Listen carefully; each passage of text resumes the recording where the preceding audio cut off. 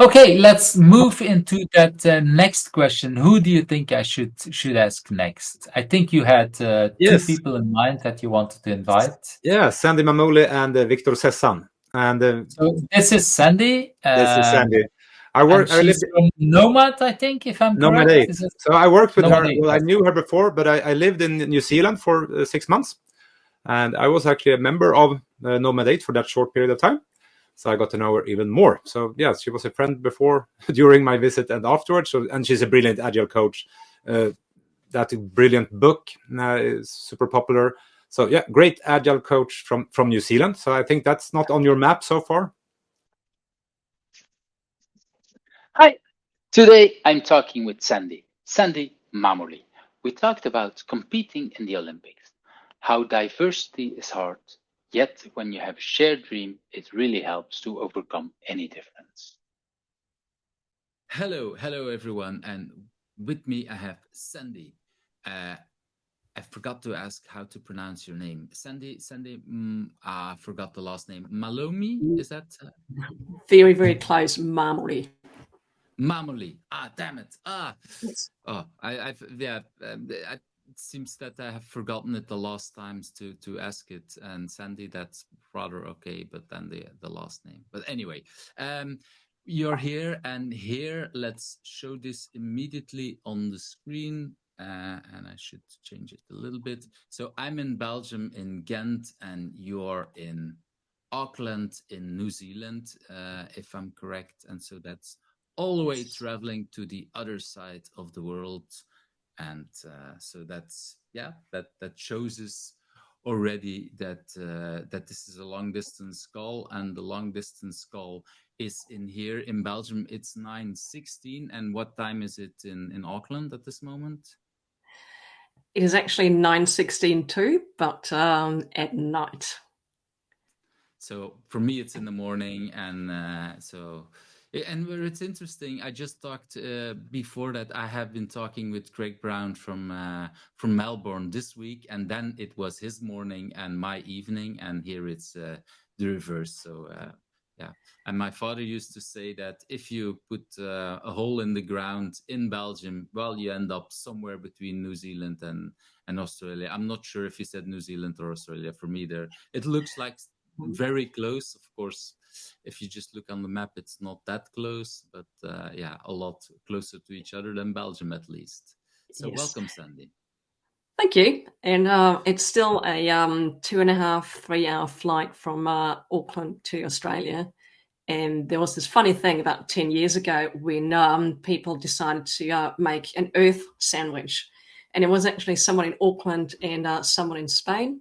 And each had a piece of toast, and they made put it on the ground at the same time. And that was a sandwich with the Earth in between.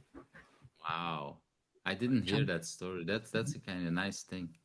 So we jumped right into that, Sandy. For the few people that don't know you, let's say a little bit about yourself before we go into the questions. I love your assumptions that there's only very few people who wouldn't have heard of me. I feel very famous now, but my name is Sandy Mamoli, pronounced in a plain Italian way because I'm half Italian, half Austrian. And I am an agile coach and consultant, and I live in Auckland, New Zealand. And if you want to hear a little bit about what brought me here over the years, then I'd be happy to tell you that I am very old, which means I am in my third career. I started out being a professional athlete. I spent my whole youth playing handball, went to the Olympic Games in Barcelona in 92, and, Wow. and which was fun. And then I had to grow up. And Wait, you said it was fun, or did you say which we won? I'm not sure if I understood. Oh, it was fun. Yeah, I wish Okay. we had won, but we didn't. Would have been nice. But going already to the Olympics is for most people something that they never achieve. So it's already a big achievement, I would say, in a way. yeah, it was a nice part of my life at the time. And I'm saying that because it is hugely relevant to what I do now, because handball is a team sport, and I've learned a lot about collaborating in a team, about leading a team, and so it has a huge influence on what I do now. And well, after a handball career, I decided to grow up. I went to uni and I studied natural language processing, which is very topical at the moment, but at the time we were far from being that close with artificial intelligence as we are now. But did that at uni, and then started working as a software developer and Unix systems administrator. And I worked in Copenhagen, Amsterdam, and Stockholm, mainly with Sony Ericsson, and then moved to New Zealand in 2007, where So you traveled already a little part of the world. So if you've just moved the cities that you mentioned, that's already a little bit at multiple parts of the world. Yes, and all places I love very much. I grew up in Vienna, and I spent 15 years of my life in Copenhagen after that. Wow, that's already a very, very nice story. So if I want to go for what is something that people usually don't know about you, it could have been the Olympics, but is there still something else that people usually don't know about you, but has influenced you in who you are? I wish I had a very, very deep secret I could share now.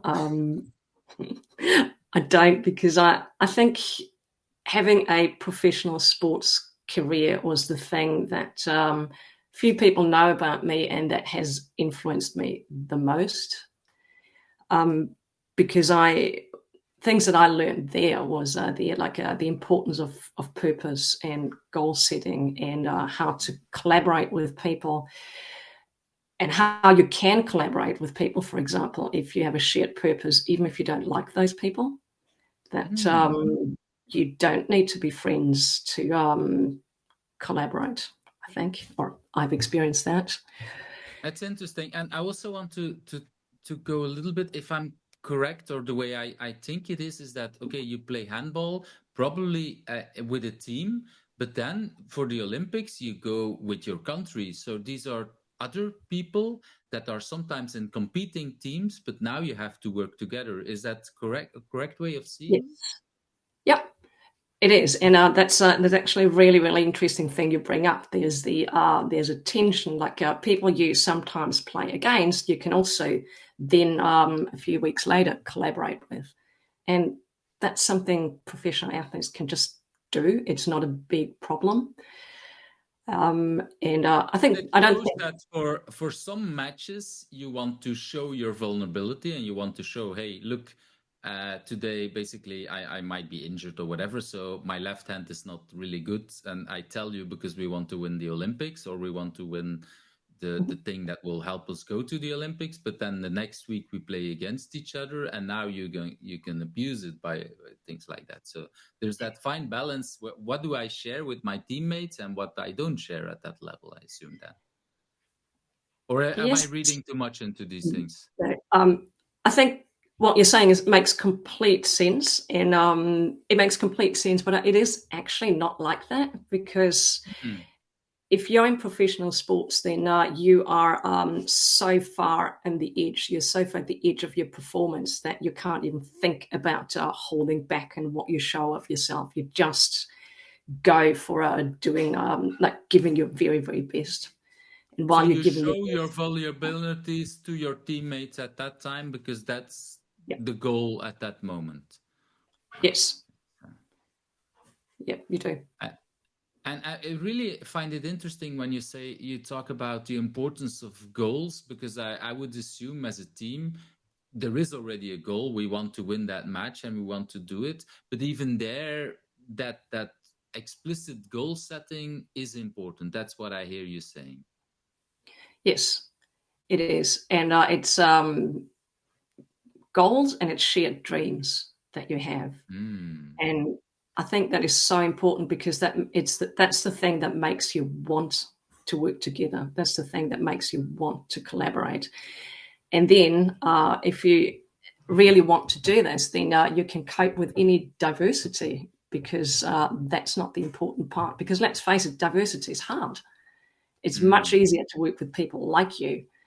But if you have the shared goal and the shared dream, then you can overcome any differences that are not relevant for that purpose quite easily.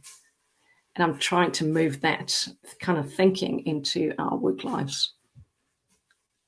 I really like that, because indeed, well, there is also, it's interesting to talk about indeed diversity in the sports, because the moment that you're in a sports team, it is, yeah, it still is gender based. So you play with only women or only men, I assume, at that moment. But that doesn't mean that there is no other diversity. And I like that you bring it up, because diversity is so much broader. And well, to be honest, we're really bad already at just the level of equality between men and women. But there is so much more that we haven't even started thinking about at multiple levels. And so, yeah, that's really is important.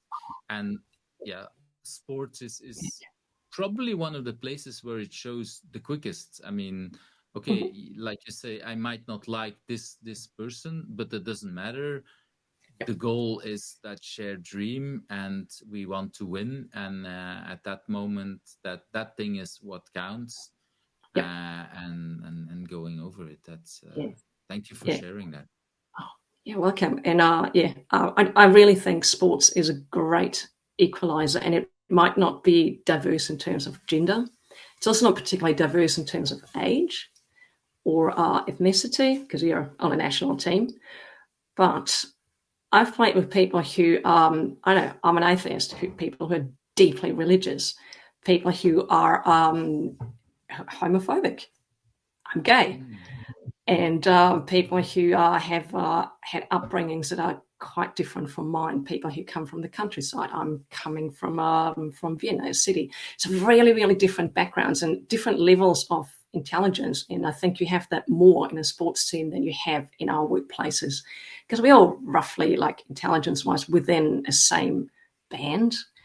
On a sports team, you have huge differences. So there's a different kind of diversity, but that's what I have learned, to appreciate diversity and to work on making something really good happen, even though diversity can be really exhausting.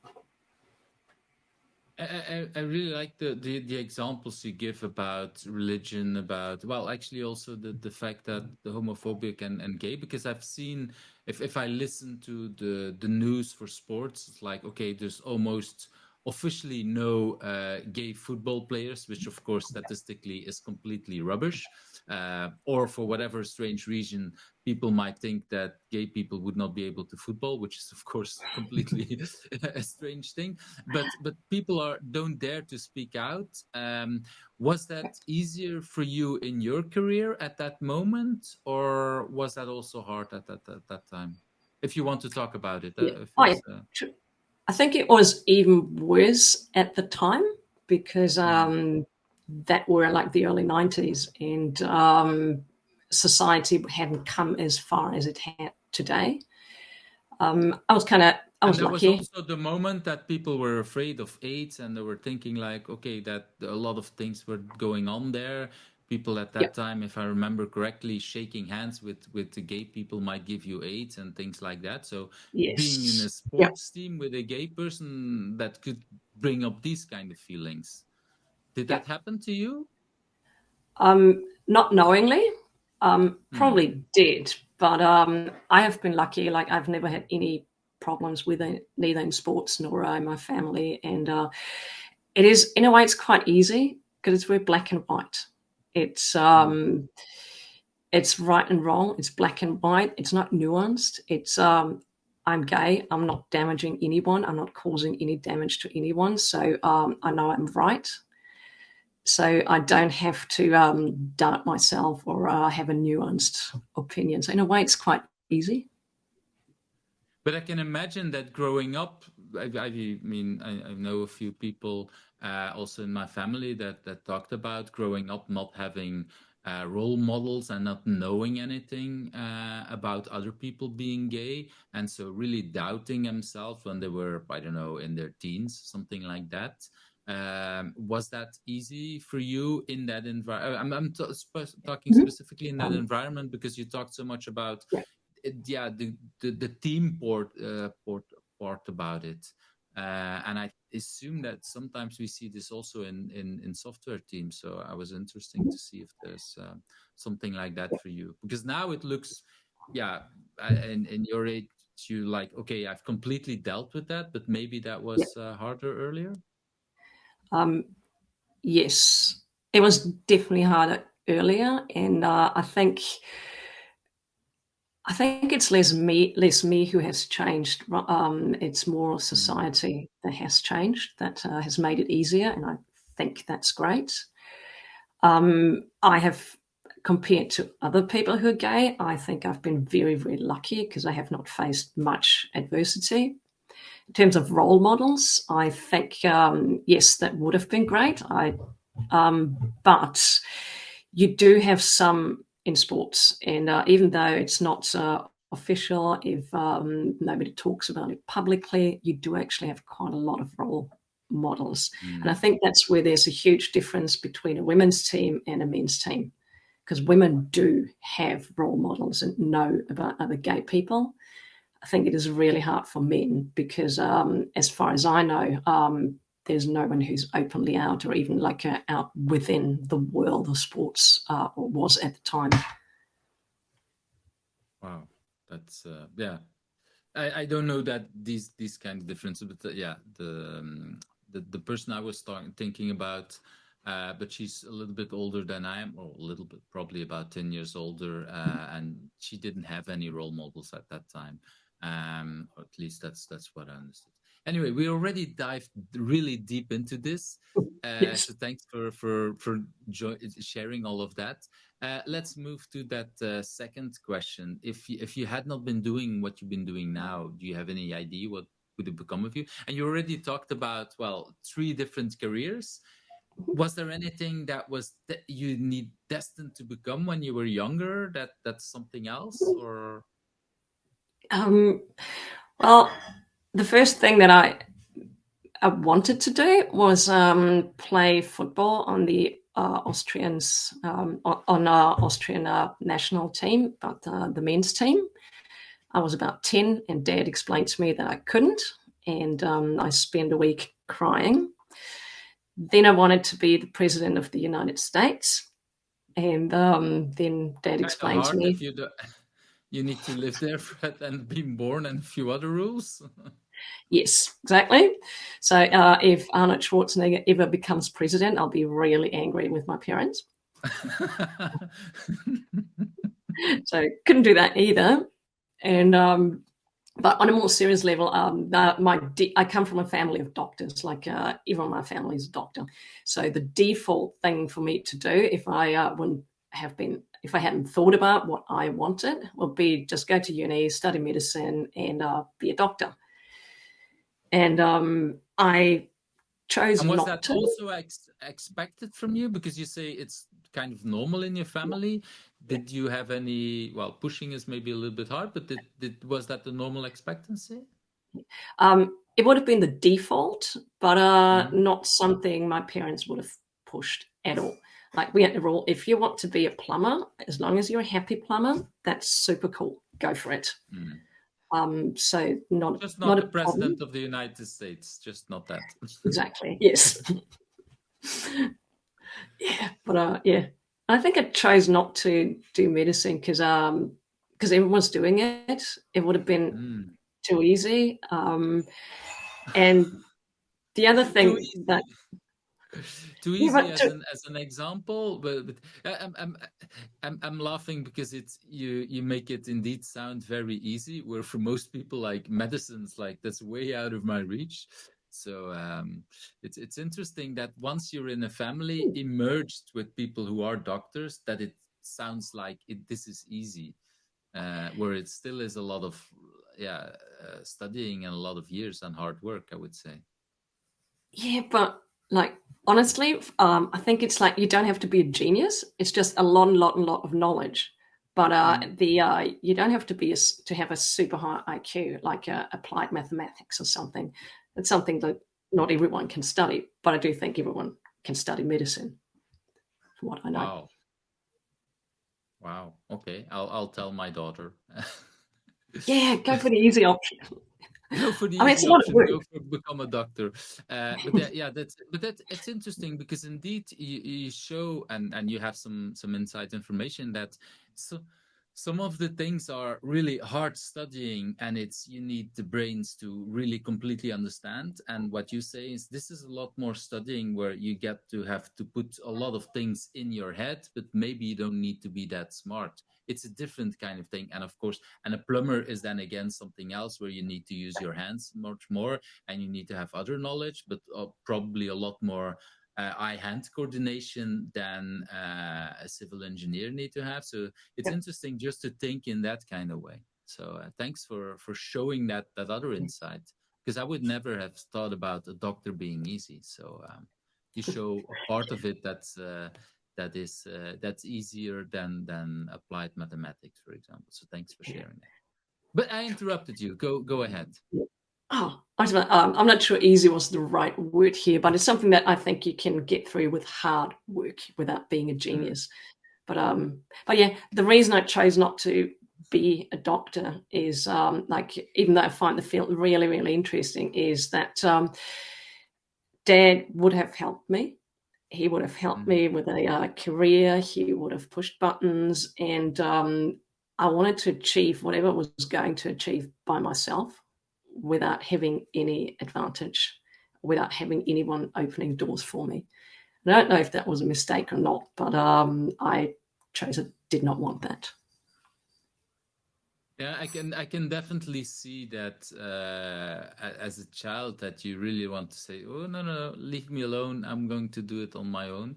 I think sometimes we need a lot of us. We need to learn to ask for help much more, and because life is already hard. But I can definitely see that the moment that you achieve something that you didn't ask anything for help, it feels even more grounder or whatever. So I can definitely see that you can, there's something like that. Leave me alone. Let me do it on my own. Yep. So that's although it's and it's very much the perspective of the child, and you probably understand as a father that you want to help your daughter as much as you possibly can. And I understand that now, but I did not understand that at the time. So definitely chose not to do medicine. But I can see both sides of the equation now, which I probably could not when I was early 20s or 18. Yeah, asking for help is something I've learned rather late in my life. Yes. So this is why I bring it up, because now I indeed, like you say, I can see the other side. But definitely when I was young, the asking for help, it felt like, no, I don't want to cheat and whatever. We're asking for help is not cheating. But it really felt like that. The advantage is indeed that you're able to do something that is new in your family, or at least that's how it sounds to me, and that brings other diversity also in your family. I would say it brings other diversity also in your life, because it shows you other parts that you know a little less about, and brought you in your side to a lot of different countries, which maybe you would not have done if you stayed as a doctor. So definitely a lot more diversity. Yeah, exactly. Totally. And in addition to that is that my family now thinks that I'm a genius because I can figure out how the computer works. Could you help to fix the printer and stuff like that? Oh, yes. The downside of our real jobs, yes. I've struggled for an hour this week with the printer, which had I'm not going to go into the details, but it was like, damn it, even my own printer I can't fix. Anyway, I fixed it in the end. I want to move to that next question. What do you consider your biggest challenge, or at least the challenge that you want to share here online, and why is that a good thing for you? Oh, that is a really, really hard question. challenge that I'm facing is, I think this is a challenge of conveying knowledge, or I think, or let me start this over. I wrote a book that got published in 2015, and it was about self-selection, how everyone should be able to pick their own team and basically choose who they want to work with and what they want to work on. And my friend David and I, we published a book, and I thought, hey, a year, and everyone's going to do this. And Just what I found out, I'm going to. This is the book, right? yes, that's the book. That's the happy author. Yeah, sorry, I interrupted you, but I did Yeah. prepare about the book because I heard many people liking the book. But yeah, you were talking about the fact that it's hard to that nobody, not nobody, but not the whole world has jumped into that. So let's continue with that story. Yes. Yeah, my genuine belief was hey, I write a book, and it's an obvious thing to do, and it will take about a year, max 2. So by 2018, everyone will be doing this. And I find out that I am still talking to people about self-selection. I'm still helping people with self-selection. And while that's cool and I very much enjoy it, it was absolutely not what I had expected. And it's a challenge for me to both to convey the idea and also convey all sort of other agile ideas that bring me in a dialogue with people to exchange ideas and experiences. And I think the challenge is how slow this is, and maybe how impatient I am, but how I would like to everything to go like much faster. And when you say much faster, what did you had in mind as something as the normal speed? A year, and then I thought I'm impatient, so maybe 2, and it is now 8 years later. And you're still doing it, and you're still having to convince people, and yeah, just not bad, but very unexpected. I recognize parts of it. I recognize this even more in clients. I would say they want to hire us with the idea. Well, could you help us fix this and install Agile in 6 months? If we're lucky, they talk about a year or 2 years. And well, yeah, I think I just published it this week. I was at Spotify in 2014 or something like that, just visiting for 1 week. And one of the things I've learned there is that, okay, their so-called famous model, it took them 6 years from start to where they published it at that time. And that's a company starting from zero. So no legacy, culture, whatever. And it took them 6 years. And now other people think, oh, in just 6 months we can do the same thing. No, it's not. And I recognize that sometimes when we've done all that work and we think we and both of us, I think we were still learning, but still it sometimes feels like, okay, why can't other people go on as fast as we are? Well, yeah, it takes a lifetime to learn some of these skills, I would say. I agree, and sometimes I think we are not even that fast. We're just really good at forgetting how early we started and how long it took us. So it's only looking back that I think it's like, oh, I was really fast, took no time whatsoever. But actually, if I think about it, then it did take time, and anything that I have learned, I think that's a very normal learning process for me, whether it's at work or in sports or anything else, that I think, oh yeah, the exuberant beginner going, oh yeah, how hard can it be? And it will take me 6 months and I'll be proficient. And then 4 months later or 5 months later, I've realized I don't even know what I don't know. So I think it's quite a normal development, and I'm not excluded from that. But I think it's also the fact that we don't know it at the start is kind of good, because otherwise a lot of people, and I just including myself, would not start, because just you think, okay, we can do it. I remember, it's funny, I talk again about her, but I remember my daughter coming home the first week, just after kindergarten. So this is the first year that she was learning to read and write. And she came home almost in tears, like, oh God, this is this, I don't know, the third or the second day. And she came home crying, like, I still can't read and write. I'm never going to make this. Like, wait a minute. It takes people a year to learn it. You get a full year and maybe a lot longer to become better at it. We didn't expect you to do this after 2-3 days, but for her, it was like, no, I'm now going to the class where I'm going to learn to read and write. So I expect that in the first week I can do this. Yes. And this is so, this is so example that for what you just been talking about, people think, okay, we can do this very fast. And I've been sharing this example a few times this week to other people who had trouble, like, okay, it takes me so long about, I'm still have trouble with splitting user stories. Why does it take me so long? And I was like, yeah, but when did you start, and how long are you giving yourself? Because yes, I think a lot of us, we still learning, and yeah, it's not that something that Yeah. clicks just like that. And I think handball or any kind of sports, we only see the moment that people are at the Olympics, but we don't see the hard work that people do on a day-to-day basis. Yeah. It's Yeah. it's the day And work, it's always work, huh? it is, and I really like what you just said earlier. If we knew how much work it was and how hard it was going to be, we probably wouldn't even get started. So maybe it's a really good protecting mechanism of the brain to that we don't know, and we think it's going to be easy enough.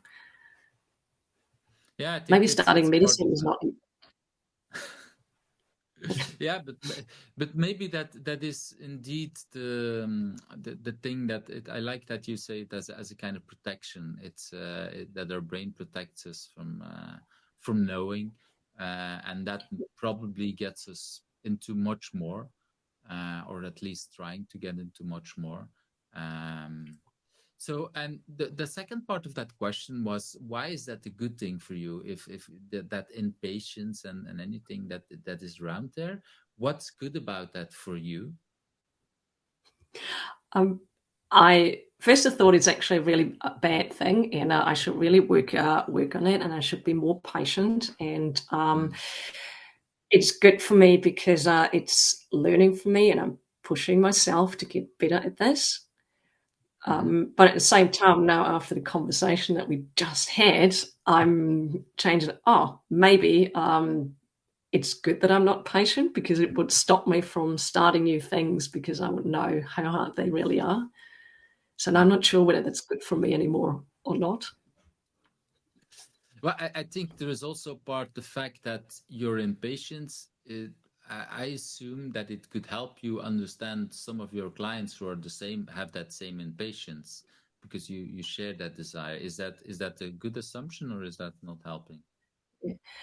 I think that's a very true assumption. And I probably coach in a similar style to you, like when you just said, oh, you empathize, or you have empathy with your clients who think this is going to be really fast, or splitting user story or whatever, user stories or whatever it is, to understand, they think it's 6 months, but actually it's much, much longer. And that's okay, and make them feel okay about it. That, as long as there's progress, it's all good.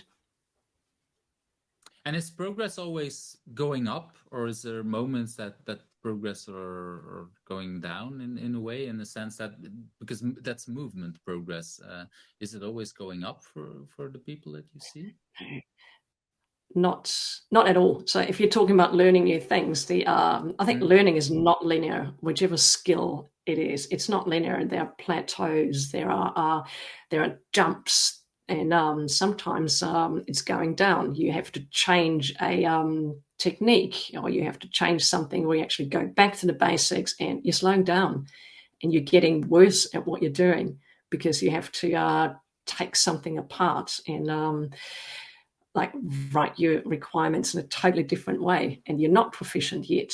So it is much harder for now. So I like your question, and I don't think it's always linear and it was always forward. Yeah, you have to unlearn things, which is harder than to learn from scratch. And of course, sometimes I get the idea, I wish I'd never learned that, because now it would be faster. But of course, that's just impossible. I mean, I don't know what I need to know and what I need to learn. That's it's interesting. I was asking that question because I thought about sports. I don't do any sports anymore, but I do remember that at the time I was playing table tennis, that when I went to a camp and I did a full week of table tennis, the first match after that was just worse. It was not better. And I really felt like, why did I just spend the full week training and practicing and playing, like, I don't know, 8 hours a day, and then the next day I need to do something? I'm completely rubbish and worse than before. Why did I even spend it? And of course, now I know after a while, a lot of these things come back and are actually becoming better. But the first few weeks feel really like this didn't help at all. Yes, so true. And I think we actually we don't know more about it in sports, or we're just more aware. But if you put in a lot of training to learn a movement, for example, a new one, and you don't, and then having a break, you need to have your brain. You need to give it time to catch up. And so not always manifest itself immediately. And sometimes you just fall apart and you can't do that movement at all. Like I'm currently learning, I got totally into CrossFit, which I really like. And there's a movement that's called the bar muscle up, where you just get yourself on a rig on the bar, and you just pull yourself up so you're on top. And it's super difficult, and I'm trying to learn this, and I'm going up and down and up and down, going through, oh my God, I'm the slowest person ever to learn this, to, oh yay, there is progress. Plus being at the same level for a really, really long time, and to just keep working, because I know at some point it's going to jump up and it's not linear. So I think it's a lot more clear, or more accepted in sports than it is at work. And that's something I also would like to bring over into professional life, that it's okay. Yes, you're at the same level. And if you keep working, you will make positive progress.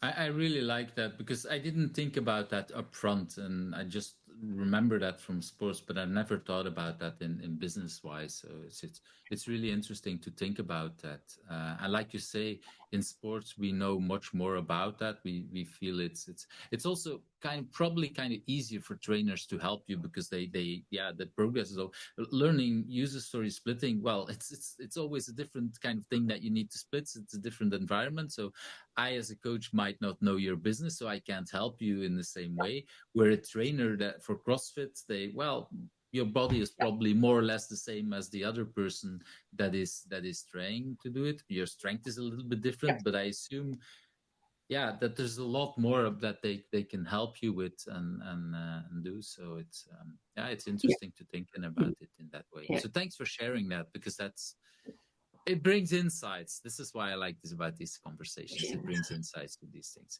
So I'm hearing a lot of passion. I mean, if you go to the Olympics, if you move countries for your job and write the books, so there's a lot of passion. So do you know what drives you, where that passion is coming from? Do you have any idea?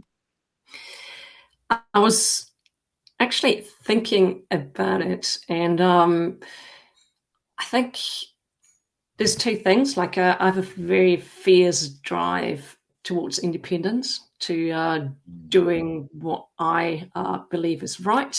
And also I really enjoy pushing boundaries. I enjoy trying new things. And to me, it is when I feel fear about trying something new, and I feel fear and also excitement at the same time, then I know I'm in the right place. Fear doesn't block you. That's what I'm hearing. Fear is a kind of like, no, okay, but you want to get over it. That's a little bit what I hear. Yeah. If there is no fear, like I never work with a client if I know that I can do the job. If I know I can do it, boring. Yeah. So I like a challenge, and I like to push boundaries. So there's a bit of fear, like, am I up to this task? Can I really do it? Can I help them? And it also needs to excite me, like that there's a good cause. I can learn something. They can learn something. And I usually learn as much from my clients as they learn from me. And when I'm in that place, I know I'm in a good place. And that's what I think drives me very much. And do you have any idea where that initial comes from? Because I see a lot of people. I have a similar kind of thing. If I know I can do it, I might get pretty quick bored. So I really indeed like to do some things that are on the edge of what I can do. Not too far, because if I totally cannot do, then I've learned to not do that.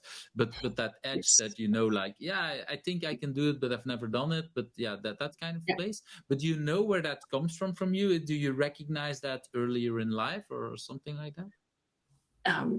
I do, and I think, judging by what you just said, you can get it from different areas because your background's not sports. But I was driven like that as a child already. I was driven by a desire to push myself and try new things and pick something and be as good as I can possibly be in that area. And when you say a child, what's the first memory that you have about that? Oh, like being 7 or 8 years old, and I spent my childhood. I spent my childhood on the football field, just playing every day, every night. And then competing with the boys, because I assume that most people you played were boys, so that already puts kind of an edge, I would say. Was that easy to get accepted at that age, or did people at that age totally don't think about that? Nobody thought about it. If you can play, you're going to be picked first. And I was picked first or second, and I could play. Wow. And I think nobody was aware of any of that. It's just like, can you play or not? Yeah, that's why I asked, because children at that age, usually they're much more acceptance to indeed looking for the skills and okay, what can you do, and if you can do it, then you get accepted. I think that's but I can immediately see that, of course, that keeps you driving, because and like you say, sports there is always a goal, there is always something to achieve, so it's so thank you for sharing that. And there's always something to learn, and I think if you do this at an early age, it sticks with you, and it has stayed with me in like a later professional life. So that's why I still enjoy it, and I think that's also why I enjoy public speaking so much, because I find it's quite similar to playing a professional game. Like if you play handball and you've got 5,000 people watching in a stadium, and you're on, and nobody cares whether you can do it like 5 minutes later or you can play a good game during practice 2 days before. This is a moment in time. And now you need to do it. And and public speaking is the same. And I think that's why I enjoy it so much, is this feeling of fear and excitement and being on, and that's cool. It's interesting that you make that link, because I would never make the link, because the sport you're talking about is a team sport. So even if you have a bad day, you're not at your, let's say you're only at 95% of your capabilities. Maybe your team members are at 110 or something like that. So they can get you over that. But public speaking, most of the time you're alone. Yeah, true. But if you're at 95% in a professional handball game, you are on the bench. So you can't really, like you, the difference is that as an individual athlete or as a public speaker, you have to have all the skills yourself, because you're a one-man team. Whereas in a team, I don't have to have all the skills. There are things that I can be bad at. I just don't do. I don't need to be all round because I have other people to supplement my weaknesses. And that's why I think, for example, that work is way more like a team sport, where I don't need to have all the skills. I don't need to be good at all the things. I can just surround myself with people who have complementary skills and character traits. Can you be on the bench at work? Because I really like the thing that you say. Well, if I have a bad day and well, today is the finals of the Olympics or whatever, my coach will put me on the bench because I will tell him like, "Lo, with me you can't win at this moment." They can put you on the bench and you can jump in at the last minute when you're still fresh or something like that. But at work, how would you deal with that? Yeah, I think that's where work is quite different. Work is like one of the things is you are not on that much. It's not so much that moment in time. If you're a software development team, you have more time where everyone can have on and off days and you can cover for each other. So it's not like this. You got an hour to do everything. So I think that is quite helpful. So you can actually do what you said. You can, if you are at 95% there, I can cover for you. I can do 110%. I really like that, and you made me really think also about sports. There's multiple kind of sports. You have the competitions that is a year long, and that means every week and some things like that. So the best team of the year is not the one that is best at one particular moment, but that's the best throughout the whole year. Olympics, it's a different kind of thing. It's like, okay, this is, I don't know, 1 week or 2 weeks. You have to be your best at that week. If you're shitty as a team the rest of the year, we really don't care. So it's the same sport, but it's a different kind of way of achieving things, I think. And at work, what I hear you say, it's much more like that first one, where you have to be all year, all round the best thing. And maybe there is a match that you're not that good. So a little bit like there is a day that you're not good, but the whole year you need to be at the top of your game or the best that you can bring. Yes. So that's And interesting to think about that. I like the analogy of that work is not like playing at the Olympics. Work is like playing the National League, because people sometimes can have off days. People can go on a holiday and not be part of the team for a few weeks. I'm not going to the Olympics. I have holidays planned with my family. Good choice. Yeah, but I like that you put it that way. Indeed, at work we're allowed to take holidays. Okay, if you're in the National League, they probably won't like you to take holidays just anytime. But at work, that might be something similar. But we can plan around it. I just had a discussion with another team, like, okay, we need to be backups and whatever. And wait a minute, maybe we can arrange ourselves that holidays are not a problem. We can share knowledge, we can share other things, and then there's less problem. So that's that we can work around that. So I like that it's a lot the same as teamwork, but there are differences, and we need to use these differences into our advantages, I would say. Yeah, I like that. I really like that. Yeah.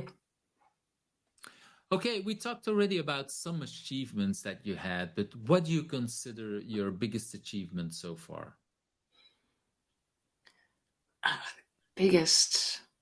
There's a few things that I'm proud of, and I was thinking, first of all, thinking sports, but it's actually not it. Then I thought writing a book, and while that was way more work than I had ever expected, and I'm proud of it, I think that's also not it. I want to go a bit deeper with that, and I think my biggest achievement is that I have managed to create a life for myself where I have freedom and autonomy and integrity to do what I want and need to do to be happy. And I'm proud. If I put it back, you said early on you wanted to have that independence and doing it on your own. So basically, what you're saying is, yeah, you achieved some of these dreams of the little girl, I would say, that wanted to have an independent life, not doing the easiest life, like being a doctor like the rest of your family, and so you have a completely different life, and that you see as your biggest achievement. Yeah, that's a very nice summary. Yes, I think so. Yeah.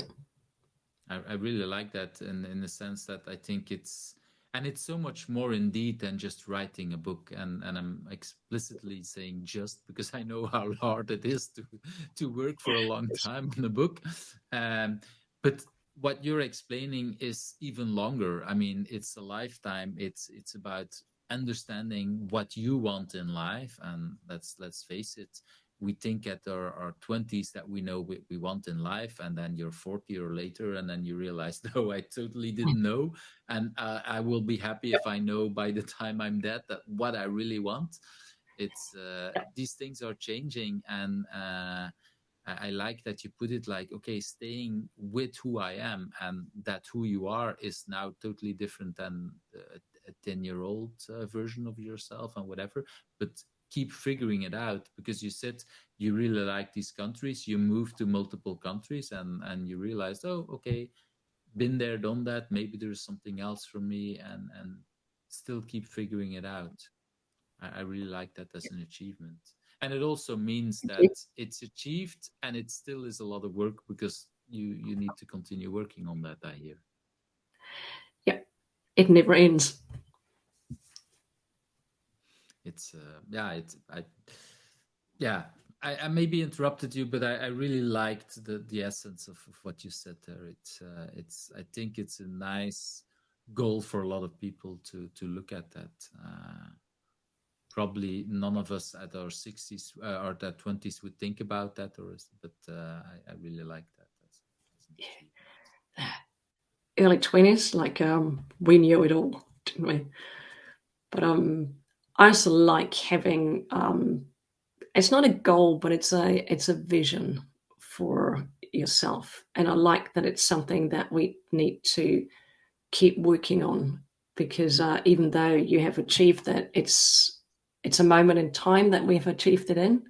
So we need to keep working on it, and I really like that, and I actually enjoy that.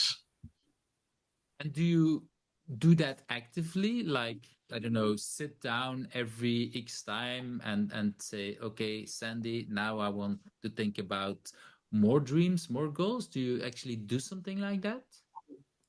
Yeah, I do.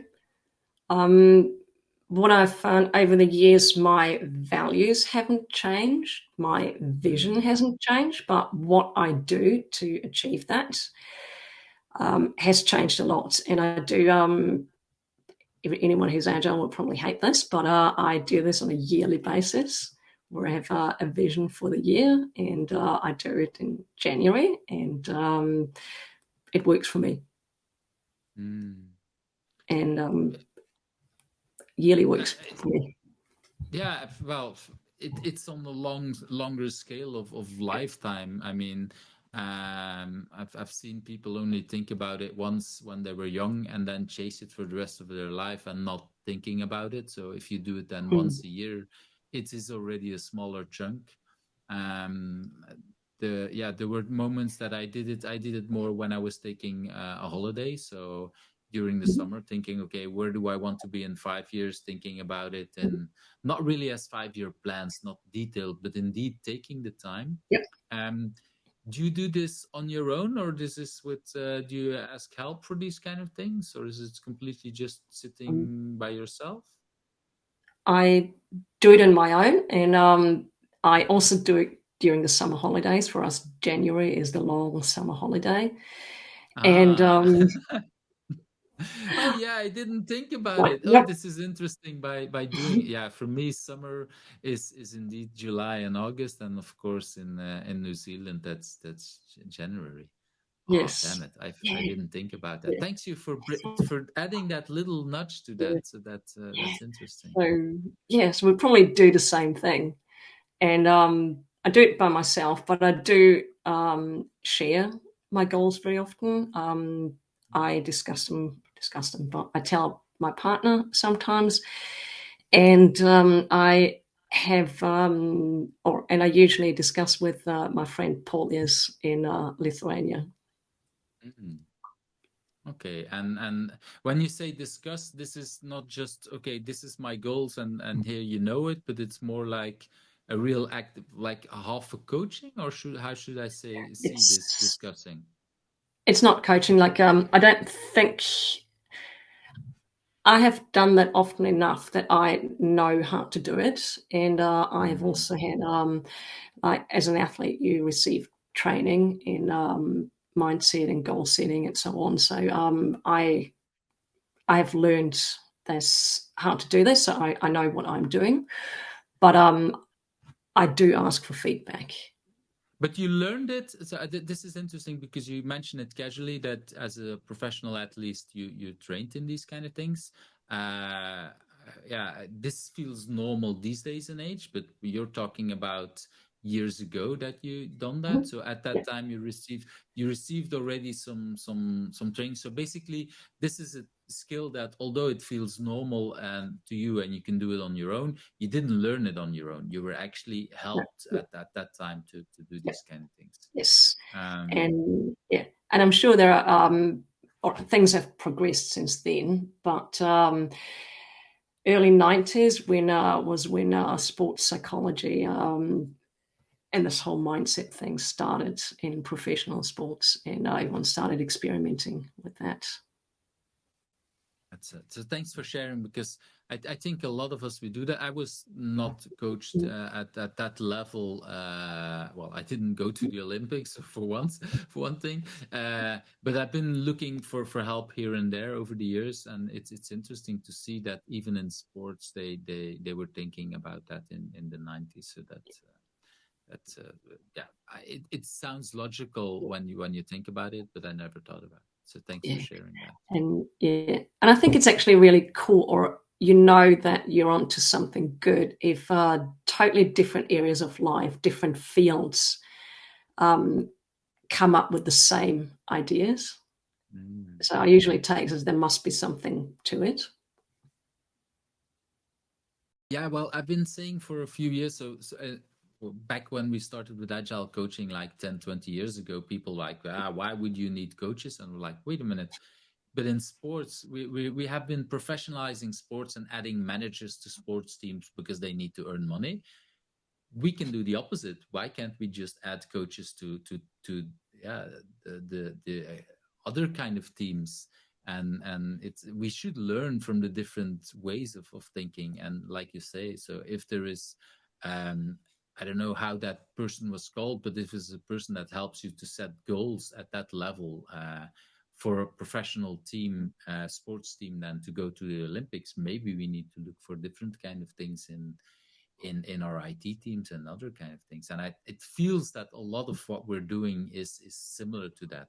Okay, the outcome and everything else is different, but still we need, and I like that you say when we learn in different fields, different kind of things, there's probably something to it. Yes, and it also goes both ways. It's like now make it sound as if our IT teams and professional world needs to learn from sports only. I think it goes both ways. I think software development teams and agile people have a lot of experience and knowledge and concepts and ideas that they can share with other fields, including the world of sports. And could you give an example of that? I was just worried about you would ask that, but I think the other way around, the longer time horizon that sports very often is pressured as now. And it doesn't need to be like that. Both in talent development, there's actually time. I think we can learn that from software development, how people share and learn, and sometimes take more time to do that. It's and especially again the careers of a sportman. We see these top 4 or 5 years when they reach to the Olympics, and I don't know how long it is, and that's when they're really young. But I know. I remember one of the famous tennis players in Belgium, Kim Clijsters. I think she started at the age of 5, so that's by the time we get to know them, they're like 18 or 20, and that there's been already 15 years of training and doing stuff. So that takes a long time. That's interesting and to think of that. Yeah, and people learn really good things and really bad things in sports. Like, I was in my 30s when, not proud of it, but I was in my 30s when I figured out that work is not a zero-sum game. That in order for me to win, you don't have to lose. We can both win. And that's a huge difference and a huge change. And I'm slightly embarrassed to say that I was in my 30s when I worked that out. Yeah, if I look some people around me that are in their 50s or 60s, they still haven't learned it. So you're ahead of some other people, I would say. But I agree. Sports always looks like, okay, one person or one team wins and the others lose. It's different. There's a big discussion in Belgium going on this week, because last week one of the cyclists let a teammate win, so they both drove to the 40 kilometers ahead of the pack, and then the best of the two let the other win. But they were both in the same team, and it was like, this is, we know in the long run it's good, and then everybody else has opinions, good or bad, and it's like, no, wait a minute, this is a team sport at multiple levels, and if they think for their team it will work, and we're recording this on Saturday, on Sunday there is the most important cyclist game for that other cyclist, so he of course hopes that the rest of his team will help him. And I think this is more about, indeed, the longer run, like you say. Let's think further than just one thing. It will be interesting to see that down the line in 5 years, if indeed he still is happy about that choice. But I think it's, like you say, it's the life choices, and if at some levels you think this is more the game of let's win together at some points, that's a really nice thing. And so much indeed we've learned so much from sports about competing into each other that got me out of sports, to be honest. I really like to play table tennis, and for me it was too much, the club I was in was too much like, okay, this is all competing. Of course that was not a team sport, but there was parts of it that I said I prefer much more, indeed, where can we collaborate and where can we work together. And I feel that the agile world has done a lot more in that. I'm not sure if we're still there, because it feels different now than 10, 20 years ago. But still, for me, I think we're still ahead of the pack in many different industries and many different things. For us, the collaboration feels really important there. Yeah, I agree.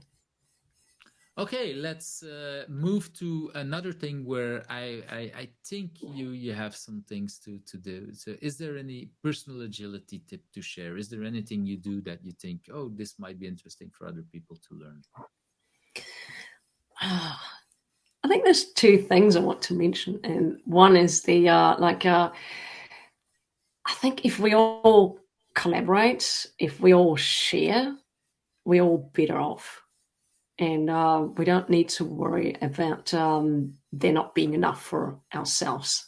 There's enough. We don't need to compete with each other. We can just grow the cake, because there is so many more companies and people who would benefit from being agile. So I think we can just collaborate and share, and I wish we would do that more. And we should collaborate, share. We should stop all the weird, we're a bit over now, but the weird wars between Scrum and Kanban and whichever other methods. They're all good things. And I think in general, we need to stop taking ourselves too seriously, and to get obsessed with the detail, one thing versus the other. It's not that serious. Those are all good and positive things. And so it's just chill. Yeah, I really like it. It sometimes feels a little bit like when going back again to sports, it's like it's comparing football or handball. It's like, this sport is better. No, this is just different sports, and of course I might be good team player in football and a lousy team player in handball because I have different skills, or maybe because the way I want to interact is different. I mean, football is a lot more about running than longer distances than handball, which is shorter spurts, I would say. And all kind of differences that most people don't recognize until they've done both of these things. And I think the same thing can be said about Scrum and Kanban. You can learn a lot from trying to do all of that. It looks sometimes that we're in a world that wants us to all specialize, and then you're that. No, there's actually a lot more that we can learn, and learning from these things and sharing with each other. So thanks for doing that. And there was a second thing I think you wanted to add. Oh, that was mainly the. I think we need to stop taking ourselves too seriously. Yeah. Okay. I really like that. We should enjoy this. We should have joy in our work. We should have joy in collaborating, and that works best if we don't take ourselves or each other too seriously. Don't let our egos take over and think that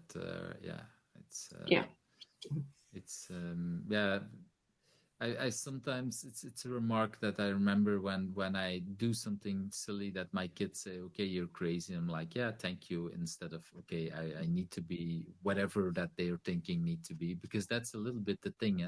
And it's hard sometimes in companies. People want you to be serious and whatever, and then they think that if we take away laughter and if we take away fun, that the work will be less good. No, I think it's actually the opposite. And is this something you've learned also in your sports career? Were you better when you had fun or not, or do you see any similarities there? Okay, absolutely.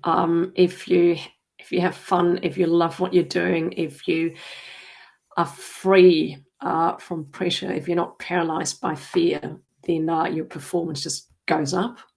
And I think that's the same in any field, totally the same in sports, yeah. And do you feel that when you talk about we should take ourselves less serious, that happened also in your sports career, that people in your team or yourself took yourself too seriously because you went to the Olympics or something like that? Not because they went to the Olympics, because the thing is, if you go to the Olympics, everyone else goes to the Olympics too. So you're not special. But we do sometimes within a team take ourselves too seriously and have small fights about things that are completely irrelevant, like who's carrying the balls today. Okay, at that level. Yeah, ridiculous. Like we as agile coaches can be ridiculous too, and I think we need to get over that bullshit.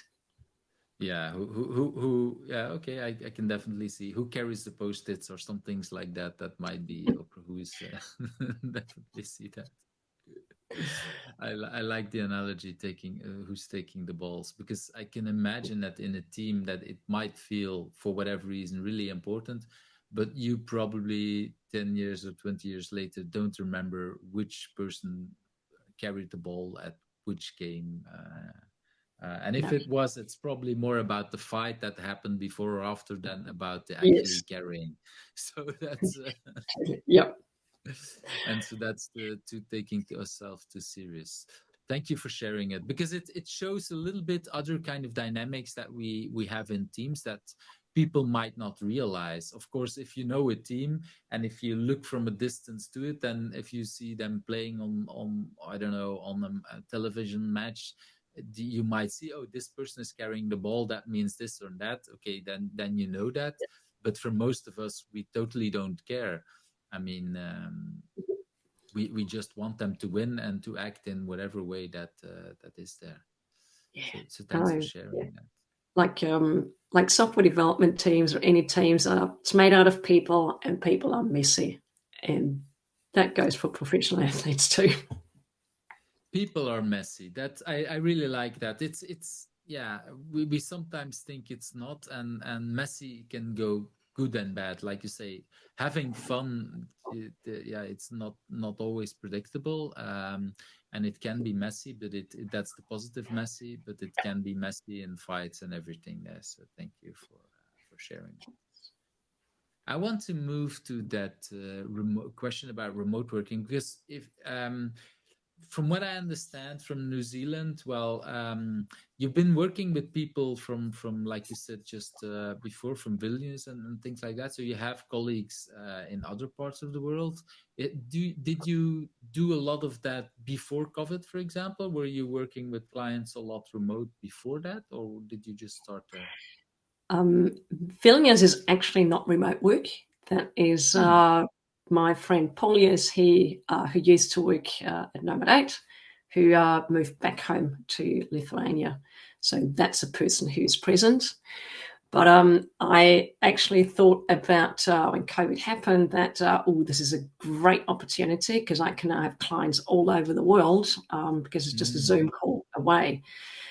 And then I realized that means for me, I work very early mornings and very late evenings. And we're having a conversation now, and it is 9:30, and that's fine. That's totally fine because that's like one evening out of my week. It's perfect.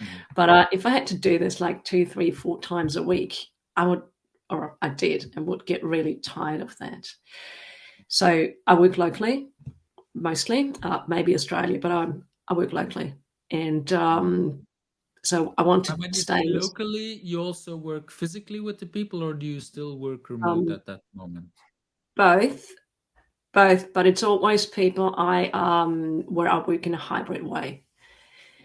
My clients, for example, I work with a hospital where I work 2 to 3 days a week, and 1 day is in person and the other day is remote.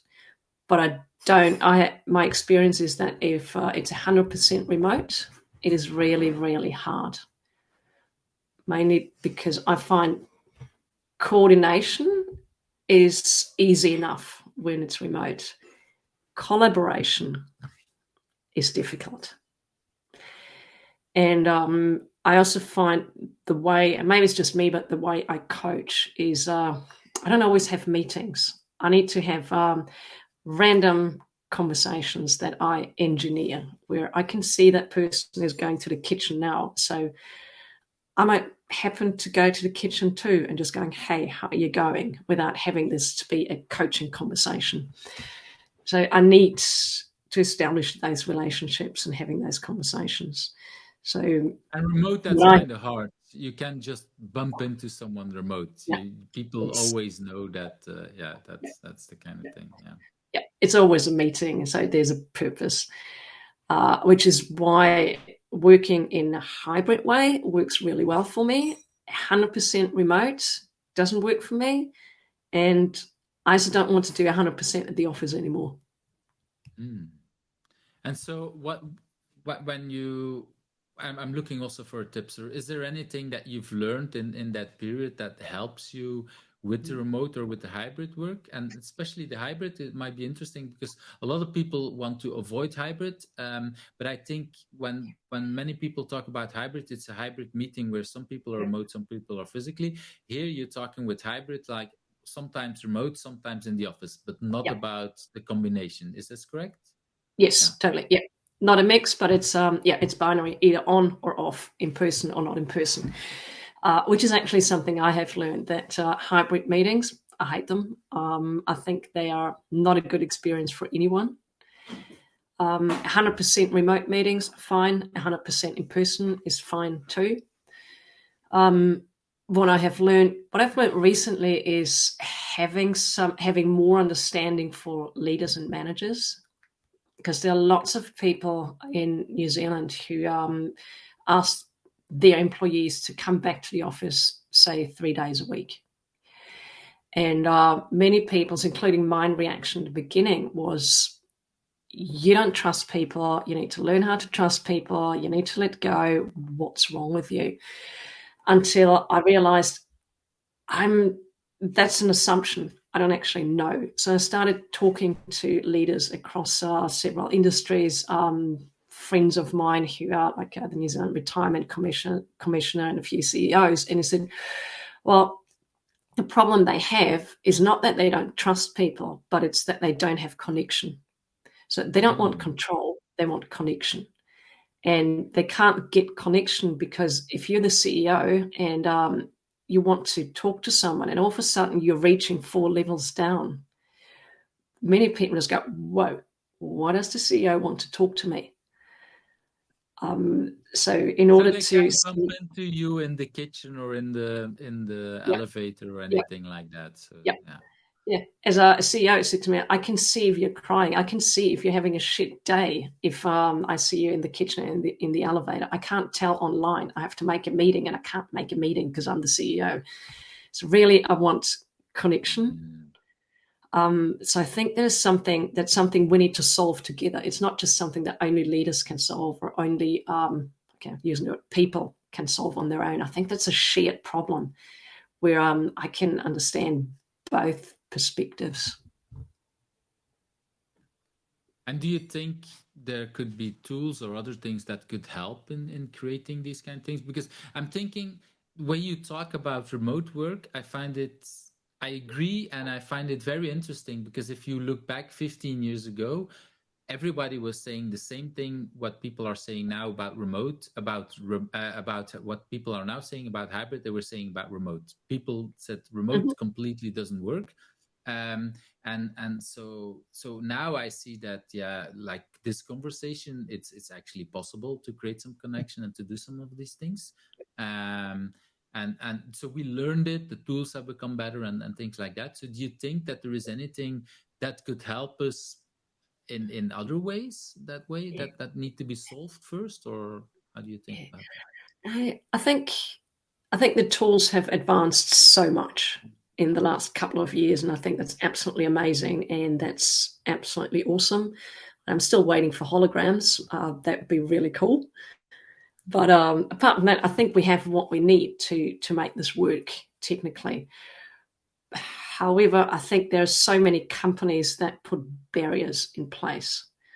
All those poor people that are stuck with the whole Microsoft stack with Microsoft whiteboards and Microsoft Teams, and they can't just choose what they want for whatever is good for them. Like I love experimenting, and when I can, my teams experiments with just things like Around or Butter app and things that are more experimental and not big corporation mainstream. And I think what I'm trying to say is the tools exist, but we really just need to let people use them rather than locking them into some corporate tech stack. I really like that because it reminds me about another conversation I had just a couple of days ago, that we're actually hired as coaches to help people collaborate, and the things that would help them most are actually the tools that they avoid and lock out. That's we know these tools, we know some, and you mentioned just a few of them. I'll try to link them in the show notes. But yeah, they exist, and then indeed in the companies, for whatever strange reason, they say no, you cannot use it, you need to use these tools. Yeah. And it's like, and now you pay a lot of money to a couple of us to help people collaborate, but actually the thing that would help them most, you lock away. And yeah, we need both. We need to have these tools, and then I can help people collaborate. And it's not like I'm going to not do it with Microsoft Whiteboard and with Teams and other things, but there's other things that can help out with lots of it.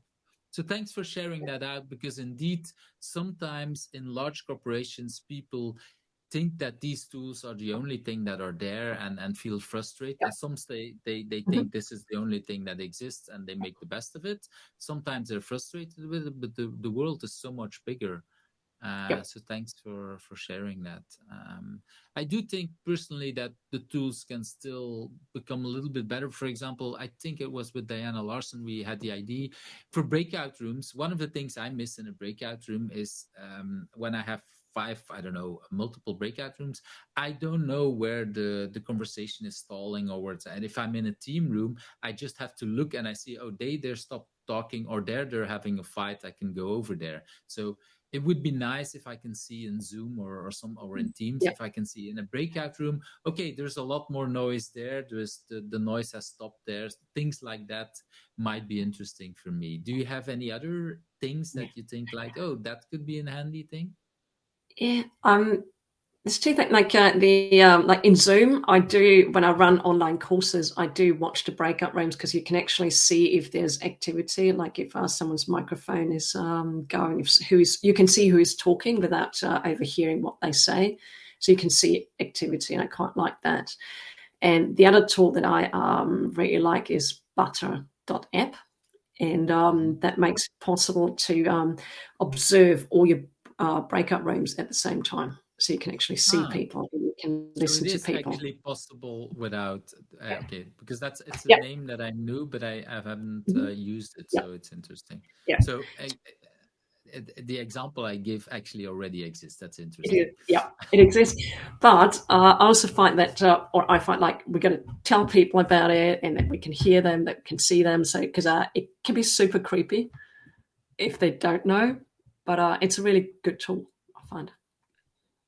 Yeah, it's it reminds me a little bit of when you're in a room, it's a little bit indeed, if there is a room and people are talking, if I go to that, all of a sudden the conversation stops because now you're watching. If I go in with a camera, for example, I'm just there taking pictures, then people keep talking and they keep doing it, but I'm there, they see me that I'm there. But yeah, because I have the camera, they don't think at me as a facilitator. They think now as the person taking the pictures. But I do it explicitly, and they see it. It's not like I'm hidden or whatever. And I like that about that tool. What you say, if you make it clear that okay, I can do that, that brings again that transparency that we want. I like the taking photos idea. I'm going to try that. It's a good idea. I haven't tried that. Yeah, I discovered that by coincidence, that in a group that I was thinking, and people were talking, and then I was taking in the same day I was taking some pictures somewhere else, and it was actually a much more tense conversation that completely went on, and I was almost invisible. It was like, wow, okay, this is interesting to see things. That's going. cool. Okay, let's move to the next question. What is a book that you have read that you want to talk about? Read many books that I love, and I'm not going to talk about the a human rights law book that I'm currently reading, but one that I've actually finished so far, and that's Amy Edmondson, and it's called Teaming. Teaming, and I think I'm trying to bring it up on screen here as well. That one. So that's yeah. And that's the Amy Edmondson is she's the original person who coined the term psychological safety. She did research with nursing teams and hospitals, and defined the term that it's not just like being nice to each other, but being in a place where you can call each other out, where you hold each other accountable, where you can be direct and open with each other, and can make mistakes. And in this book, there is quite a few like leadership tips on how to create great teams. And I love it because you link it to your book, because your book has similar kind of ideas, right? It is, in a way. I would say that my book comes before that, because my book is, or our book, it's both David Moore and I who wrote it together. It's about how to design teams, and that's how you get into teams and how people can choose which teams to be in. Her book is very much about once you are in a team, how do you turn this collection of people into a team where everyone collaborates? And I'm immediately linking. I like that you put your book first and then this one, because I think it's really sometimes important. Another book that is similar kind of thing about creating teams for me is the book of Liftoff. I don't know if you've read it. Yep. How would you compare these, if you link these three books together? Where does it fit? Does it fit? Yeah. Does. Amy Edmondson, I think, has more of a leadership perspective. And Diana Larsen is also leadership, but it's closer to the actual work, like what you do within the team. I think all 3 books are supplementing each other. And I really like the Liftoff book, and I've used it a lot. I've used the things that Diana is writing about too. And I just forgot, does she have a co-author that we should mention, or is it just Diana who wrote it? It was Ainsley. definitely, yeah, exactly. Ainsley Nies, yeah. Thanks for indeed adding this to there as well, and that's exactly why I said just the name of the book and not the author, because I couldn't come up with Ainsley's name. Sorry for that. It's that's the risk of talking about other books, of course. But I really like to stress that, because for me, and it goes a little bit of what you said earlier on, we're building on each other's shoulders, and we're building all these things together. And typically when I learn about something, I don't learn it from one book, but I like to read multiple books about the topic, and then from each book use a little bit, and then see how these things are going together. And indeed, for me, the Lift Up book, I learned a lot about. Actually, one of the things I learned from the book is that you can do all these activities even with a team that exists for a long time. Before, I was thinking, oh, all these creating teams, you need to do that at the start. And what I learned in the book is that, well, that was a problem for me, because I typically join somewhere when a team has been existing already for a while, and I'm like, now, damn it, I cannot do the start the team activities, whatever. And what I've learned from the Lift Up book is like, it doesn't matter. You can at any time just, okay, say, I just start new as a coach or whatever, or there's a new something happening. Okay, let's start all over in that sense. So that's so true, because I had the same. I thought, oh yeah, well, missed the moment, and then I read Lift Off and realized actually any time is good. Beginning is great, but if you're not there at the beginning, it's still a really good thing to do. So thanks for reminding me of that book, and also that I think is what you say. It's really important that we stand on the shoulders of giants. And personally, for me, those giants are, one of those giants is Diana Larsen, and the other one's Esther Derby, who have done so much in the agile community that I think we have a lot to be grateful for. And I also admire both of them, because I find it is really overlooked how boundary pushing and subversive those two are. And I really respect them for that. And I've learned a lot from both Diana and Esther.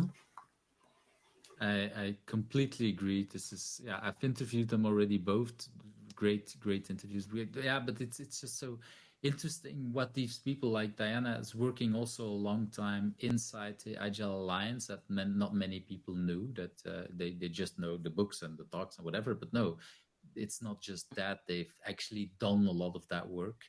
And for me, the book that you're now mentioning, and to go back a little bit, is for me is also that one of these giants, because Amy talks a lot about, well, the research also behind it. And I really loved how you started talking about it, the fact that, okay, that concept that people think it's not just about being nice. That's so, oh, okay, that's the idea. No. When you really are having that, then basically you can be very tough, and you probably can say a lot harder things than people can or accepted to say in a non-safe environment. And you actually get further. And I think I link that back again to what you said about sports. I don't think you will ever achieve going to the Olympics if you cannot be really hard to each other.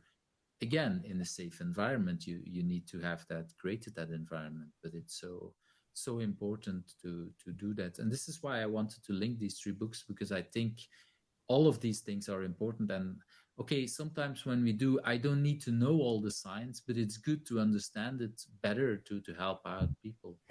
I think that is really important. It's not just, oh, this is just a few people who have some gut feeling that is better. No, there is actually a lot of research about that. Mm-hmm. Yes, which is not just for us to understand. We might intuitively understand this, but sometimes we're getting challenged on that. And that is fair enough, and I want to be challenged. And when I am being challenged, it is good to have science to and some research to back up what I'm saying, so it's not just opinion. Yeah, and I think, well, to be honest, agile and some of the things that we've done 20 years ago were not backed by science. We have in France, Laurent Bossavit, who wrote a really good book about looking at some of the science behind some of the agile practices, and really said, well, this people thought that was true and it's totally bullshit. And if you actually look up where that comes from, it's typically something like a person saying something in a book or in an article like, this looks like a good idea, so somebody should look it up. And then 3 books later, it is like, that person said that this was this and that. Yeah, no. and so then it's good to actually, when things like the book, what Amy wrote and whatever she wrote before, that people actually have science on some of that stuff. Yes. Yeah. And what I really like is also I was keynoting Agile XP 2022 in Copenhagen last year, and I had never been to Agile XP before, but what I loved about it was that it was about 50% practitioners and 50% researchers. And it was about it was just coming back from COVID, and everyone's starting to work remotely, hybrid, going back to the office, not going back to the office, and trying to figure things out. And I know that the time we have had, this maybe a year, maybe 2, that I am making data. I don't have time to do all that research. I am just working. So I'm working on personal experience and gut feel, but I actually don't know what everyone else is doing, and if that's consistent, or if I'm doing something wrong. So I think it's really important. I love that half of us are basically making data, and the other half is looking into that data and finds out what are the patterns in there and what can we learn from that. And I love that experience. Yeah, and it's really important. And the conference itself exists for, it has almost exists as long as or maybe longer as the big Agile conference that is happening in the United States. But I'm really happy that the Agile Alliance started funding this conference, because indeed, like you say, they have right from the start, or I don't know right from the start, but at least for more than 10, 15 years, they have always worked on, okay, there's practitioners and there's people who have research, and there's and they at least I haven't been there in a few years, but the last time I went there, I got a book with with lots of research papers and everything. So that was really like, and I still remember, I have it somewhere back there in this library, where I still flip to some of these research things, like, okay, this is interesting. So indeed, it's a combination. Yes. Yep. And it keeps me current, because one thing is that you get this book, which is really cool. And the other thing is that I now have friends at Swedish and Norwegian universities, and I kind of subscribe to their research, because we're connected on LinkedIn. So they post that they have published something.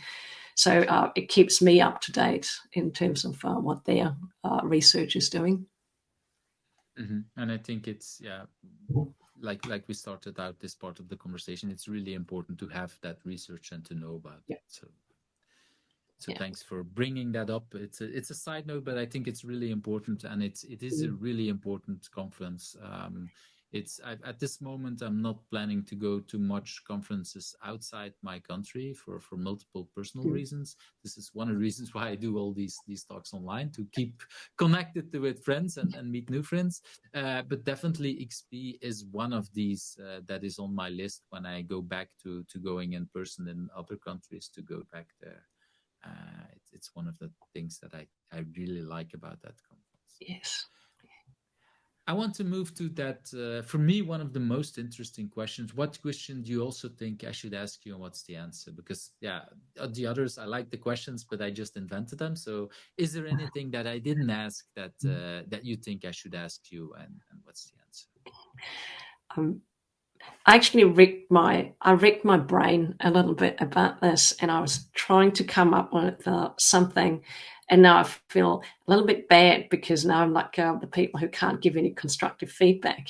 But I can't think of any additional questions. And the reason I can't think of it is because I think you're really, really good going with the conversation and having a few opening questions, which I think are brilliant, and then picking out the important things or something that's interesting and going deeper there. So I wouldn't add more questions. I think you have the perfect questions to jump off, and your intuition and your skill of picking what question to ask within that framework is really, really amazing. So I'm sorry, I've got nothing for you. First, thank you. It's nice to hear this. In that sense, let's go a little bit into that. In that sense, I'm going to answer that. But I've noticed this. When I look back in how I was in my life, I was always in school. I was the most introvert person that you could think of. I've recognized later on that in agile, I'm actually a real extrovert. So if I go to conference, I talk to a lot of people, and it gives me a lot of energy in the real extroverted sense. And if I go back to school and I have school reunions, I'm back that introvert. So I really see the two sides of me. But doing these, I realized indeed that if I have a goal, if I have a certain way of doing, I can actually make connections and make conversations, which I didn't see before I was start doing that. So, and people like you make me realize that with what you said. So thank you for making me realize and making me think about these things. I really liked also some of these answers and the way you were open to going deep with some of these things, because we went in some questions really deep in some of these things. Not everybody always wants to go, and that's fine. And there's no judgment there. But still, this is open on the internet. So yeah, I like it for multiple reasons. First of all, I get to know you much better. And for me, it shows also that yes, we can create connection with people remote. Because for the people that don't know it, we've known each other electronically, let's put it like that, in a digital way, but we've never seen each other, or not that I remember at least. So it is possible to do these kind of things, which is also for me a kind of way to show people, yes, remote, we can create connections one way or another. And it's also important for me as a kind of role model, because a lot of the things that you talked about is role modeling for other people. Which is also important, I think, that we talk about it. I had no idea what my father was doing. Actually, I joined my father a few times to work when I was a little kid, but the thing I could do was just play on computers and do something. But I was not sitting in his meetings, not seeing everything. Yeah. And for me, it's also that means that a lot of people, once you're into the office, it's kind of hard to know what other people in your field are doing and where did they learn some of the things. So that's part why I like the role modeling that you're doing with going rather deep in some of these answers. So thank you. Thank you. Thanks. Let's move to other people. Who do you think I should ask next? Yeah, I have 3 people for you, and one is Anthony Boubier. It's his real name. I'm going to try to bring him up. Wait a minute. I have some issue with my mouse, but it should come up here. I think that's Anthony, right? That is totally Anthony. Yes, don't judge him. He is. I really love that. This, if I remember correctly, this is his LinkedIn picture, where he's actually. I assume that this is his son, but just I don't know. Yes. But it's a nice way to say, okay, we can have fun. We talked about fun. This is a nice way. It looks like a very fun picture. So I already liked Anthony before meeting him. Yeah, he's a very fun, very lovely guy. He's a colleague of mine at Nominate, and I love working with him. And he's also very smart and has lots of very new ideas and methods and ideas for coaching. So recommend him. The other one is Paulius Tusikas. He is, we're going back from New Zealand to Europe. He is in Vilnius in Lithuania. Am I correct that this is him? Yep.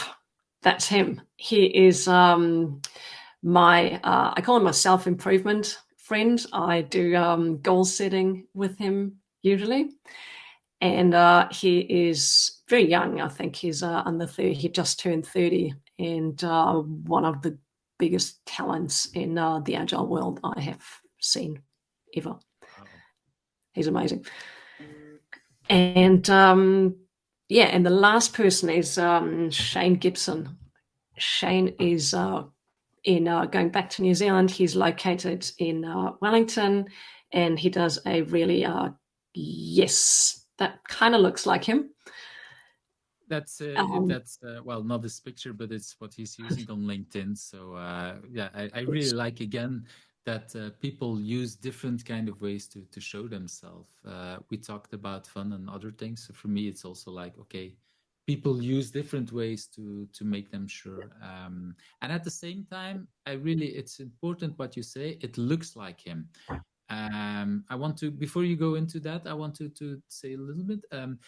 We've been into a while where people were using avatars for a very long time, but when working remote, sometimes avatars, yeah, if you work remote and then physically you see someone, I've joined a new company during COVID, and so all the time remote, working with people with avatars, and then you see them in real life and you don't recognize them. So this is a kind of avatar which I like, because like you say, you can actually recognize people. I think that's also important. Anyway, I interrupted you. What do you wanted to say about him? That he, he's going to be really good in an interview. He is a data science / agile guy, and he is running a really cool, interesting podcast. So he's very much an all-round person who I think is doing amazing stuff in the agile community in New Zealand. Thanks for sharing that, and thanks for bringing him on. And it's a little diverse crowd, like you say, from well, even people from outside New Zealand. I don't think I have people from that country, so that's interesting. I want also diversity a little bit in countries. So in that sense, it's also interesting. When it's been wonderful. Sorry, I just realized I've given you 3 guys. That's the advantage, yes. So you still wanted to bring in a woman? Is that because I know that at some point you talked about or thought about bringing someone else in. So I'm not sure if you.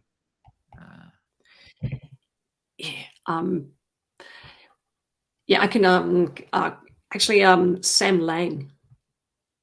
Either Sam Lang. Yeah, Sam Lang. If you haven't talked to her yet, she is also very well known in the agile community. She was a big part in the agile community in South Africa. First moved to New Zealand, I think 5 or 6 years ago, and is now playing a big part here too. So she would be a good person to talk to. Sam is definitely on my list, but yeah, the way I'm working is I'm only inviting people that have been invited, or not only, but mostly inviting people that have been invited. So finally I can invite Sam, so that's good. I didn't prepare a picture because we didn't talk about her up front, but anyway, it's indeed it's a nice to have some more diversity. Right now, at this moment, I have 52% of the people that I'm talking to are women, so that's I'm glad that that diversity at least is working. But I have to admit that if I look back at all the interviews I did at this moment, I interviewed more men than women. So I need to make sure that I can keep that balance correctly. Yeah. And so I need to work on that to make sure that I can keep it, because it's not that the women are not there.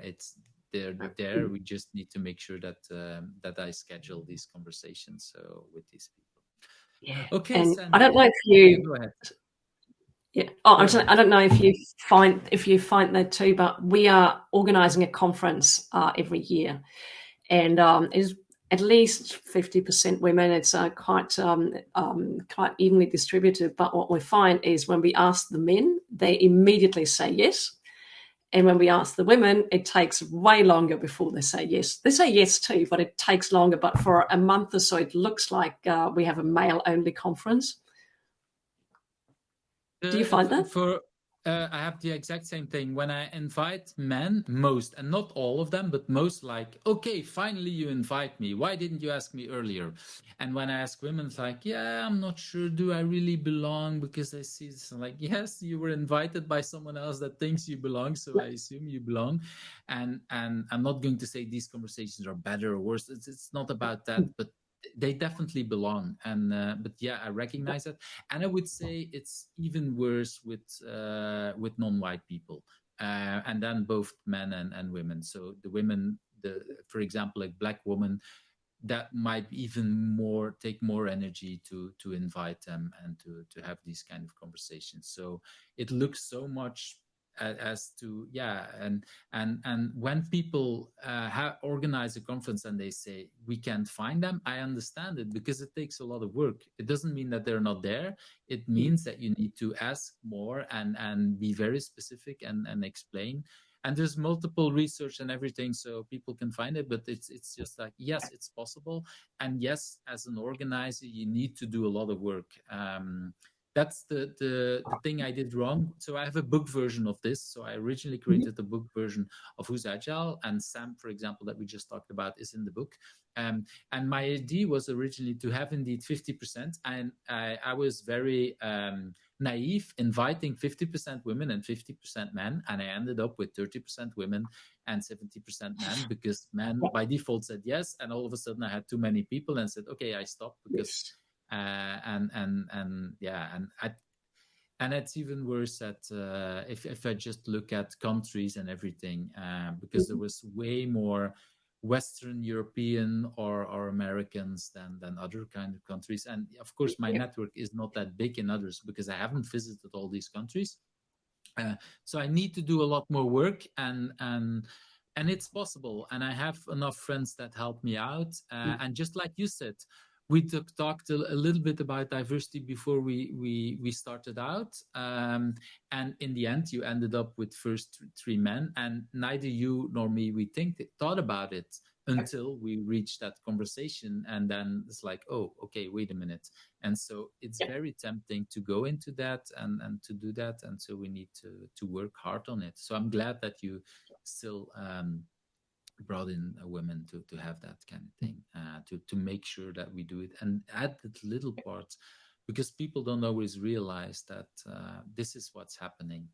And so for all people, women and men, because there is one person that I interviewed just a couple of weeks ago that I really wanted to have, and it took me a long time, because this person didn't see himself being part of it, and it was, again, I'm not going to scale, but it was a real wonderful conversation. But it took me a hard time to get this person. And for example, one of the things that frustrates me about it, and in that sense you're not helping, is that most of the people, well, not most, but 40% of the people that I've invited have written a book. And my goal is to also have diversity and have actually maximum 20% of the people written a book. But of course, when people invite people, it's like, but this is an interesting person because I've known her because he or she written a book. And it's like, yes, and that's true. But at the same time, like, how do I get more diversity on also non-authors, people who are maybe writing books later and things like that? So it's you'll be happy to hear that except for Sam, none of the others have written a book. I don't know. Woohoo! So that in that sense, yes. it's out. So yeah, indeed. But it's I'm bringing it up because for me, diversity goes in all kind of directions. Like you said earlier on with the team sports, like you have people who like more this or like more that, and I think it's important that people realize when we talk about agile, it's all kind of things. And we have, I recently talked to some people who are the daughter of agilists or the son of agilists, so they have been learning about agile right from basically their start. So they learned and done agile things without knowing it's called agile, and they're very young in the early 20s or something like that. So that's really, that bring a whole different perspective than Linda Rising, who's then in the 80s and has totally, and both of these are very interesting. and we learn different kind of things, and that for me is also important, to bring all that kind of diversity. So Sandy, it's been a very wonderful conversation. It's already pretty late on your evening. My day is about to start. If people want to contact you, what could be a good way of contacting you? I think by far the easiest way is LinkedIn. I connect to people on LinkedIn, and I am absolutely happy. Yep, that's the link. And I love geeking out and about agile things. I love meeting other people. So just reach out to me on LinkedIn. Or I'm also happy to share my email address, and that's sandy@nomad8.com. So people can feel free to drop me an email, say hello, and I'll be happy to have a conversation. I didn't prepare this because I'm always never sure how screenscapers can get these kind of things, because that might be a little bit strange. Okay, maybe in a couple of years they can also get it out of this conversation just by audio tracking, but okay, let's see how that goes. Anyway, thanks very much for your time. It's been as wonderful as I was hoping for.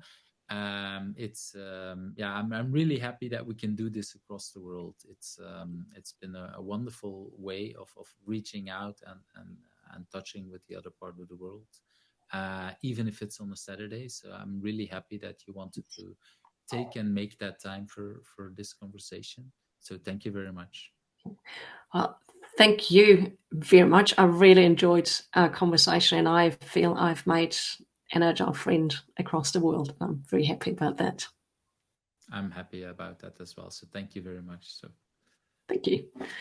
Okay.